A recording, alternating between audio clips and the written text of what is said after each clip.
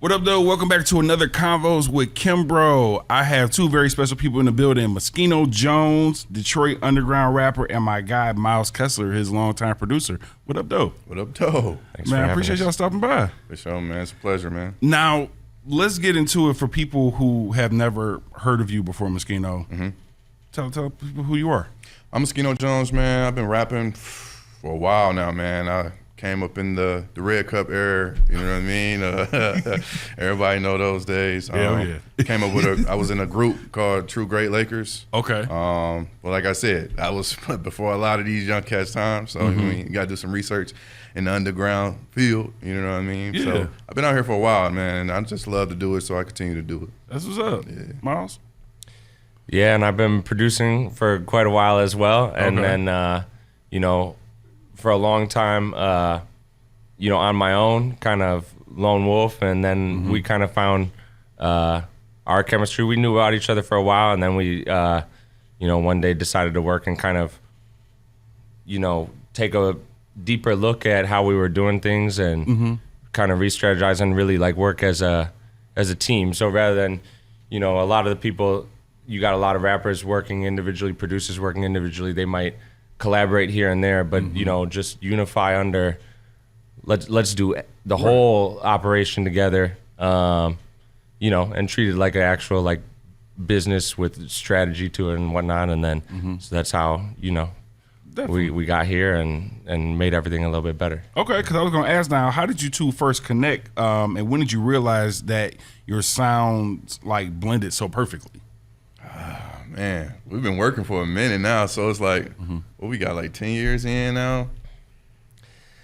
I don't know. I mean, because you know, in the beginning, at least on the producer side of it, you know, you there were like little showcase shows, and I don't even know if these still take place in the same way that they used to. But you know, you got like 20 people in a room. Half of them, almost all of them, are all artists just performing in front of other artists. You know.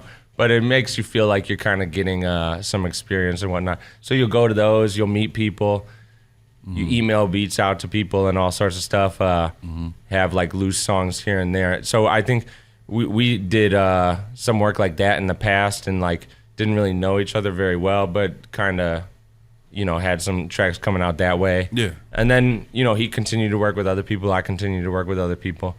And then I don't really remember what the real moment was of like how it happened, but one day I would say 2019 is like when we really just locked in the lab together and just literally was like, all right, bro, it's just me and you. Yeah. Let's just get it done. Let's work and just build a chemistry. And that's what we generally did. And now it's just like we in sync now. Like whatever he make, I can rap over it. It don't matter what type of style of the beat it is. Like, it's easy. I remember, yeah, he was working on he was putting out album Hustle Hound 2, and I had one track on there, and then we actually met up in person after that track to like maybe make some more stuff for, I don't know, a future project or whatever. And then we just talked about like the team thing. I think both of us were like at this inflection point where it's like, you can keep working in music and keep putting stuff out, but it's like you got to reevaluate at some point. Like, is this just like a hobby? Maybe you should quit. Maybe, you know, you do it here and there, but with absolutely no expectation. You're not trying to really get anywhere with it. Or you're going to start like, we got to make something happen. We got to see some results. And so I think we were both on the page with that. We liked, you know, that's where we wanted to go, and so I think that like-mindedness, the sonic chemistry and all that stuff is there, but I think that's like, you know, how it all begins and kind of what you need. You know? Now, Myles, do you usually build your beats around Moschino's like specific cadence in mind, or does Moschino like pull from a vault of completed tracks? I think what contributes to us working well together, which is pure coincidence, is that we don't work with a lot of structure or expectations in place. Like I can just make whatever I feel like making. Okay. I can send it to him, and then he's versatile enough, or open-minded enough to at least like try it, even if it's like a departure from, maybe you have in your head of like, this is what's hot right now, or this is where I'm trying to go, or whatever. But just try this out or whatever. He's never been like averse to that type of stuff, and so I think that just ultimately worked super well, and it helped us like find new pockets, new lanes, new things, because that's ultimately what you need is you need something that just doesn't sound like everything that's coming out. Most definitely. Yeah. Now, can you share a time when both of you can answer this? Anytime you completely disagreed on the direction of a song, and if so, how did you resolve it? Yeah, man, we got a lot of disagreements in the studio, bro. It's like, cause he's a genius in his right, and I'm a genius in my right. So it's like we always battling and clashing. Sometimes it might be a sample where it's a cut that I wanted to switch up or something like that, and he's like, no, cause it makes sense like this, and it's like, no, the way I want to rap is like this though, and it's like this. So we really just kind of infuse everything together and come out with a classic. Everything we do is gonna be a classic. So and then it ended up coming out good every time, for real. Okay, but it's not a lot. Okay, well that's good. That's good. And it's never contentious. That's also, I think, a super important thing of how what you need in order to, especially like producer artist kind of duo or any type of relationship. It's like you need to be able to.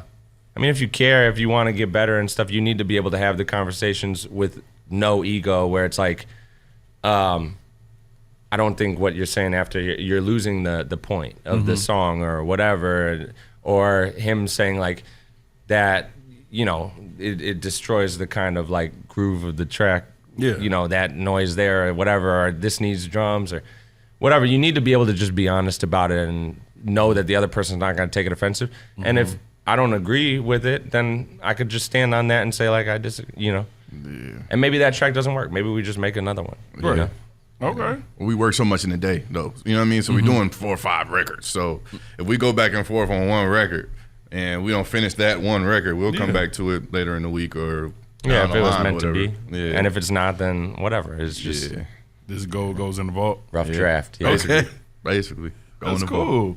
Now, your music frequently references local staples like Woodward Ave, Belle Isle. What makes these locations so integral to your sound? Man, I'm from Detroit. You know what I mean? Like, and Woodward has always been like a childhood staple for me. I feel like I'm a big car freak, bro. I love old schools. I love classics. So me and my pops, we always go to the Dream Cruises. So it's like that's my field, that's my house, that's my home. So it's like I always want to tie into Woodward for some reason. I just like that's where my home is. That's where the heart is, for real. So what you driving? 1968 Riviera. Yeah, Buick. Yeah, big dog. That's nice. Yeah, man, that's my baby. Okay. That's my baby. But I'm working on the 6'4" Impala right now. Okay. So hopefully that baby get, you know what I mean? Yeah, my cousin, he's into the old school cars. Me, I like them, but I don't have the money or the time to devote. It's expensive, bro. It's expensive, bro. Even storing it is expensive, man. So anybody who do it, they know, man. It's a baby. It's a real life child, for real. He has this Trans Am that he's working on right now. I don't know what year it is, but that's hard. Yeah, it's got the T-top and all that. Hard. Like, man. Yeah, I want a Monty with the T-top. I'm trying to get one of those. I think he has one of those too. Oh yeah, I need to holler at him. He trying to sell it? Yeah, I asked him. I think one of our mutual friends knows my cousin, so we'll talk off camera about that. Say less. So Detroit has a highly distinct rap subgenre, of course. How do you two balance staying true to the raw street sound while crafting a smooth, widely accessible vibe? Because the music is a vibe, for sure. For sure. Just talking about our lifestyle, man. Like, what we doing today? How I'm feeling today? What's my mood? What am I going through? Stuff like that, man. Like, I'm not big on social media, to be honest. Can't tell from the posts and stuff like that. I kind of keep to myself, unfortunately. But fortunately, you feel me? I stick to myself and I do what I just talk about how I'm living day to day. Yeah. How I woke up this morning. You know, how you feel when you do beats, Myles? Do you? Yeah. Well, we've like experimented with, trying to put different sonic themes into different albums and like separate it that way, where it's like this one's gonna be like a wavier album and it's gonna have the 808s, it's gonna have all of that, or or this one's gonna be like more sampled, more old school and whatnot. And we've also just like released singles, but I think the best thing we've done is just like detach from all of that and just like put out like 1 year we did 1 week, we did one single every week for all 52 weeks, and then if you try to do something like that, if you put that into practice, I mean, you're gonna get a lot of different sounds out of that and whatnot, and it's just it's a lot of work to put together, and I think sometimes you get surprised by what works and what doesn't work. You think you got like this one is, especially like with the Detroit sound, you see so many rappers in this area build a name on a specific sound, and so you think if we do that, that's how we get the possibility of getting a feature with one of these people, or maybe they find out who we are, or maybe I think that's like the level one strategy. But eventually you like level up to realize like that none of that matters. They don't need to figure out who you are. That you don't need a feature from this person. You don't need that sound. You know what I mean? You look at like mainstream, all the different like, even like mainstream underground, right? Like the underground artists that are like pretty big, but not necessarily like headlining a big pop festival or whatever. Right. These all these sounds like exist and have big markets, So sometimes a lot bigger than like the Detroit sound, which I love, but so we'll make it sometimes. I don't know. I try to stay in my lane. Yeah. Like, I know my lane, I try to stay in it. There's a lot of stuff like a lot of Detroit artists I listen to, you know what I mean? Like they might talk about some stuff that I don't know nothing about. Right. I mean, I don't want to tap into something that I don't know nothing about. Exactly. So I just stick to what I know. And if another artist here that's from the city and want to collab, and vice versa, we can just do it. Like, what I mean? We on the same playing field. Now, is there anybody that you haven't worked with that you would like to work with? I want to work with everybody in the city, to be honest. And I'm the type of guy that just want to do it. Yeah. Whoever hit me up to work, I want to work. I'll reach out to a lot of people, a lot of artists, you know what I mean? Of course, politics got to get involved every now and then, and it ruins some stuff, but it is what it is. I'm going to make sure I always try to reach out to the city for sure to work. I feel that. Now, let's get into this latest single, Grab a Coat. Now, this features a very distinct winter vibe. Of course, it gets real cold here. What was the creative spark behind that record? Other than being cold? Yeah. Man. Just like as a man, bro, as I get older, as you a man, what I mean? You a man, we go through stuff. You know what I mean? We got families, you got to get a job, you got to do this, your bills got to get paid. You know what I mean? It's not all about the weather or just physically being cold. Sometimes this world can get cold. You know what I mean? People around you can get cold.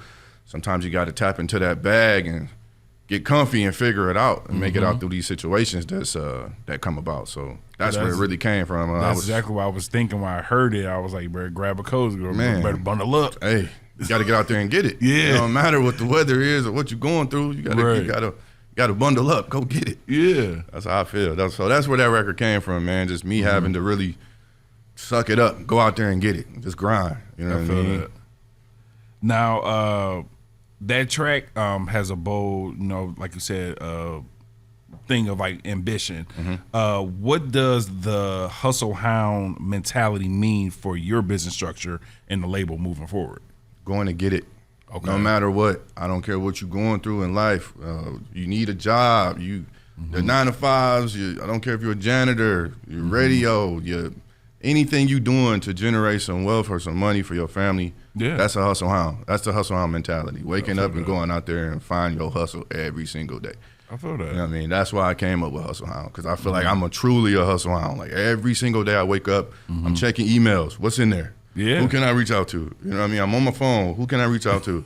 What do I need to do? Oh, this bill is due? Okay, I can't go do this, so I need to go figure this out.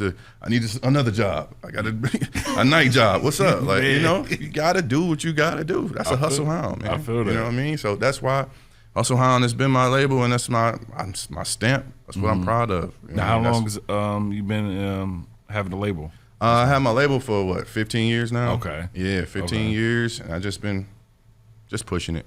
Okay. Just pushing it. Okay. Now, Myles, do you work for the label as well? It's my partner. Okay. It's my partner. Okay. 50-50 partners for Hustle Hound Records. That's what's up. Yeah, like as of 2019, we just went, full in-house together with all the stuff we're doing. So, so yeah. That's what's up. Yeah. Now, let's talk about the song Quincy. I was listening to that on the way here. For sure. Now, Moschino, you explicitly thank Myles and called him like the beat making process a therapy session. Can you talk about using music to process heavy emotions and like burnout, depression, and stuff like that? For sure. All right. So a lot of men, as men, we don't really generally write. We ain't got diaries. You know what I mean? Yeah. That's more of a female thing. That may be a whole story right there. But we don't write diaries. So our diary sometimes is music and being vocal. You know what I mean? So Quincy was one of those records where I just wanted to pour everything out, man, and express to the world what I'm going through, because somebody else may be going through the same thing and it may help them out. I try to just help people out with depression and all that good stuff, because I go through a lot too. I'm stressed, you know what I mean? I have my son, and I'm in the crazy thing is, bro, I was living in the penthouse, man, and I'm going through all that stuff, bro, and I'm like on my knuckles, you feel me? Trying to figure it out. Penthouse in Atlanta, man, I'm going through it. What? You feel me? With a newborn, and it's crazy. It was like me being in that penthouse wasn't no different than me being on 7 Mile and Fielding with my mom growing up. You know what I mean? And she working her ass off and we barely paying rent. It was like the same thing. So it was like being able to tap into that and get them feelings out, man, on a beat that Myles got from me. It was like, it's music to my ears. Yeah. It's music to my ears. Now, your lyrics heavily feature like, luxury style, high-end design, self-care, of course. How important is styling and image to the overall Moschino Jones brand? Man, as long as I got it, I'm gonna put it on. You feel me? It's gonna be times when you ain't got it and you gotta tap into a Zara bag or H&M bag, but you're gonna make it look good. But at the end of the day, man, I'm just trying to give people a sense of the lifestyle that I've been having since I was a kid, man. You know what I mean? My pops was a D-boy and had me and my brother in the most fly stuff whenever he could. You feel me? Or when he could, every time he could. So I just put that in my brain every day, man. Wake up, put it on. Yeah. You know what I mean? You never know who you're gonna run into. That's what's up. Now, you talk heavily about ownership investments and staying tax-free. What is the biggest lesson you want independent artists to take away from your business model? Don't be afraid to try something new. Don't be afraid to invest in something. Don't be afraid to take a loss. Yeah. You gotta learn from them L's, man. A lot of people think it's everything you're gonna be 52-0 like Floyd for your whole life. Like, no, you gotta take them L's. Mike Tyson took them L's and he's still the people's champ. You feel me? So it's like, learn from them L's, man. Invest, take an L. If you want to get into stocks and stuff like that, you want to tap into the market, tap into the market. You know what I'm saying? Sometimes you're gonna have to take that loss, a couple $1,000 loss, a couple $100 loss. Yeah. You're going to learn from it, though. You know what I mean? I learned from a lot of losses. So, if anything, I just want my listeners to know that you can learn from a loss. Okay. You know what I mean? I respect that. I also think people need to pay attention to what, like stop paying attention to what you see other people doing and what's helping them, and just pay attention to the actual process you have. Like, one of the things we learned, like, in like the first year that we were all like, getting all this music together, starting to put it out and be a team and whatnot, we would post the music and then we would like put it on the, Instagram. We need content on social media and all this different stuff. And we would have conversations of like, man, we need, we're not seeing the numbers like from the music the way we want to. We need to we all need to post like 2 times a week, 3 times a week, coming up with all these things that you see, all these Instagram carousels telling you like, this is how you grow. And then the biggest rise we had in music, where we actually passed like into the millions of streams and whatnot, all of that was with no social media posts. That whole 52 weeks of releases we did. Yeah. We did maybe 4 songs out of the 52 have a social media post associated with them. None of the other ones do. You know, when the song comes out, like personally, him too, like we'll put it on a story, like the song's out or whatever. And then that's it for social media. Because like we were, you know, you think about it and you go like, okay, that's what everyone tells you to do and that could help. But then you got a lot of people, even some local people, that have like these huge followings, and then you look at their Spotify, Apple Music doesn't, but Spotify will tell you the monthly listeners that somebody has. Yeah. You know? So you could see somebody that, this hell of a repost this person and all these people, you know, they're like in the network, you know, for the local sound. And then you look at and thousands of like likes and reposts, and then you go to the Spotify and they got like 3,000 monthly listeners. Yeah. And I'm not saying that, be proud of it, you know. That everyone has to go through that phase, but you just go like it doesn't add up. Yeah. And we were able to pass that without a tenth of that social media action, because you realize like when you're listening to music, you're not on Instagram. Right. You're in Apple Music or you're in Spotify. That's the app you're using when you're listening to music. Right. You rarely are doom scrolling and then like go. You might hear a song and add it to the, you know, now they have the button like add to the Spotify or whatever. From the social media. But you don't just close out that app and then just have a music listening session. So we realized like, where are you putting the focus? What's working, what's not, or whatever. And don't like, just go off of the actual, what's actually happening in front of your eyes, not what you hear other people saying is what, you know. And it's ironic because I'm saying, now I'm a person saying what works, and then, you know, I'm telling them to not listen to people who say what works. But, you know, I'm all about something in there. You know? Got to be organic. I just like putting that record out. The right ear hear it, you know what I mean, who needs to hear it. If you don't, you will eventually hear it. I don't care if it's 2-3 years down the line, but you will hear it. If you like it, you love it, cool, follow me. You know what I mean? There's another single I need to get into. I don't know whose story it was on, but it's Houston. Yeah. We just dropped that Tuesday. Okay. That's a single I need to get into, because I'm like, wait, this is new. Like, I haven't heard this one. So I'm dropping it every week, every other week, every month. It's going to be releases. So it's like I try to load my fans up with that. Like, at least I can do. If I don't give you no content, at least I can do is give you the music. Right. You feel me?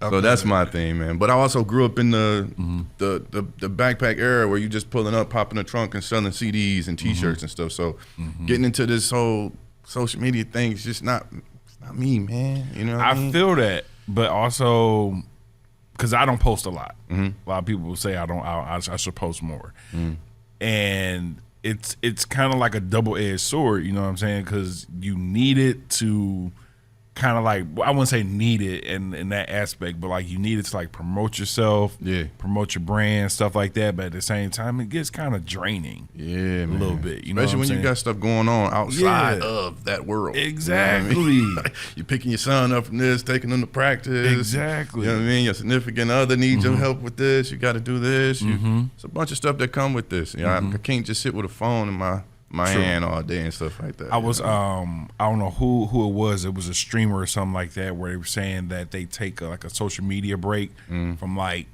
I don't know, like 9 to 5 or 10 to 4 or something like that. And I'm thought about like, you know what, maybe I should do that. And I guess he basically like locks himself out of social media. Yeah. Which I'm thinking about, like, you know, maybe I should try to take a page out that book, at least like for a couple hours. You know what I'm saying? Yeah. So. And my email is my new social media, honestly. Okay. I wake up and scroll my emails. That's where all the business is. Seriously. Right. I mean, you can make some money on social media. Obviously, you can. Right. But like I said, I just got an old school mentality, man. It's right there on my phone. I'm an email person. I feel that. Text message person. Hold on, let me scroll down and see who hit me up last week about something that I could possibly make some money today with. Right. You know what I mean? I ain't got time to really build up a whole. I need a million subscribers until I start getting monetized, and it's like, man, that's exactly. And I think ultimately it's kind of a repackage of what I was saying, but based on you know, some of the things you just said, is like it's also just what you do well, right? Like if you're good at talking on a camera and you have like a super charismatic personality and you could just like come up with stuff to say, or you could be super funny, or you can make a dance or whatever. If you're good at that, then use the social media. It's just we realize that like, and some people it takes them 3 months to put like 2 songs together or whatever, and they put a lot of thought into it and all of that, and it just their tweaking process is long or whatever the case is. We just realize that the thing that we're good at, our thing that separates us from other people, is that we can go in and make a song like today, and then he can come over again in 2 days and we can make another song, like actual like finished song. And so we realize like some people can't, on both of the sides, the recording artist and the producer side, some people just can't do this or have this flow. So if that's what we're good at, why don't we just focus on dropping a song every week and not do the social media thing, because we're not good at that. I feel that. So if in somebody, the hopes of meeting somebody too, though, like, you know what I mean? Like our team is open for new teammates. You feel me? Right. If anybody out there listening and you see this clip or whatever the case may be, and you want to reach out and help with content creating and help with our social medias, come on. Okay. Welcome to the Hustle Hound family. I'll be honest with you, like, I'm all about playing your position. You know what I mean? If I'm a rapper, I know how to rap. Let me just rap. Yeah. You know what I mean? Miles is a producer. He's a great businessman too. He's like a nerd with the books. Yeah. So when it comes to that, that's his lane. You know what I mean? He's the coach. He got the clipboard. You know what I mean? Right. I'm just a quarterback. I'm gonna just throw these touchdowns and make sure these records are good and complete. And we good. I feel that. You know what I mean? But if you, as a content creator out there, and you want to reach out and help, come on, join the squad. I feel that. Join the squad. Now, I got a couple more questions before I let you guys go. Now, I know you're dropping like singles and stuff like that every week and stuff like that. Can fans expect a full-length album, joint album, maybe soon? Or what upcoming singles should we be listening out for? So how we work is when we release these singles, we usually body them all up into making one creative project. Okay. So right now, everything that you hear in the releases right now, like Houston, which dropped this week, Tuesday, it will be a part of the Hustle Hound 3 record that we're dropping, which is a completed package album. Okay. And I think it was 12 records, 13 records. We may still add. We could add. It gives us the time frame to add records as we go. So if I say today is 13, if we're dropping a single every week, we may go 15 or 16 weeks and be like, all right, cool. Because we make, like I said, we make stuff every single day. Make it even 20. I can make it 40. Make it 40. I can make it 40. It's a triple album. Right. One big body, you know what I mean? Make it a double album. Why not? That's a fact. That's a fact. But yeah, that's how I go. Everything really is done. We do a whole project, and then we just release them as singles, and then by the end of the release for the last single, we drop the whole body of work that following week, and there you go. You got everything. It's in sync. You can listen to everything one by one. We saw a lot of good, I guess, success from Meet Me on Woodward 2 was an album that we did together. Meet Me on Woodward 1 was, it was like, I think it was conceptually strong and whatnot, and it kind of laid the foundation. But then Meet Me on Woodward 2 was quite popular. So, I mean, we need to make a Meet Me on Woodward 3, and that's an album that just him and I, the Meet Me on Woodward series is just him and I. Right. Hustle Hound 3 is like some other producers as well. Like it's everyone that we work with. My boy Cash made it, man. That's my brother. Yeah. Shout out Cash made it, man. He got a couple of records on there. Striker from Atlanta. He got some records on there. So it's a bunch of producers too on like my Hustle Hound series. Nice. Not just Miles, but when we get to like Meet Me on Woodward's, that's all my brother Miles. That's all. Hopefully we'll have that done sometime this year. Yeah. Okay. We're working on Hustle Hound 3, but then that's kind of working in the background That's as well. the baby. Yeah. The Meet Me on Woodward series is the baby. Right, so right. We got to really take try it very carefully and seriously now that that's a trap, but it's something that's real at the same time. You see something that a lot of people like, the people in other countries and random people you don't know are like treating you like you're a big deal for the first time. It's like you got to kind of take that seriously and make sure you don't mess it all up. You know? Yeah, because the sound is incredible. I don't know where that's where Quincy was, and some of those songs, are, some of the more popular ones. Because I am a huge fan of like an old school beat and stuff like that. I don't know where you pull these samples from. Oh man! But it was one track. I don't know if it was Quincy. Oh. See, now I gotta look on my phone. I tried to be very deliberate. I mean, we had conversations about. I was super deliberate about. And I don't know if it's the case. Maybe one of those songs, somebody else could say, "Oh, so and so used that same sample." From what my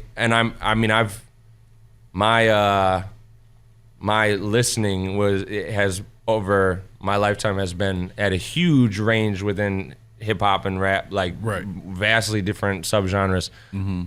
I'm pretty sure almost most of those samples are actually, not seen on other albums or classic albums, but they feel like classic samples. Like, so I wanted it to feel like the same feeling you get when you hear, name a Jay-Z album, but it's like when you hear some of those records and you hear that sample for the first time and you go like, and it's so soulful and whatnot, but you've also never heard it. Song Cry pops in my head. And it's your first time hearing that sample.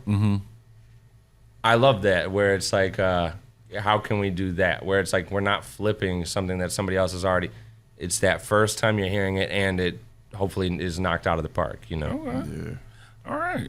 Well, I appreciate y'all stopping by, man. Like, for sure. I know we could talk on and on. I know Will got some other stuff he got to do. He said, "You good? We keep going? Another 30 minutes?" Say less. No, for real though. But where can listeners? First of all, I know we already talked about social media and stuff like that. But where can they follow you at on social media? Moschino Jones at Moschino Jones on everything. At Moschino Jones, and also at Hustle Hound Records. Okay, that's the label, so you can follow the label as well. Cool. Yeah. Myles, where can they follow you at?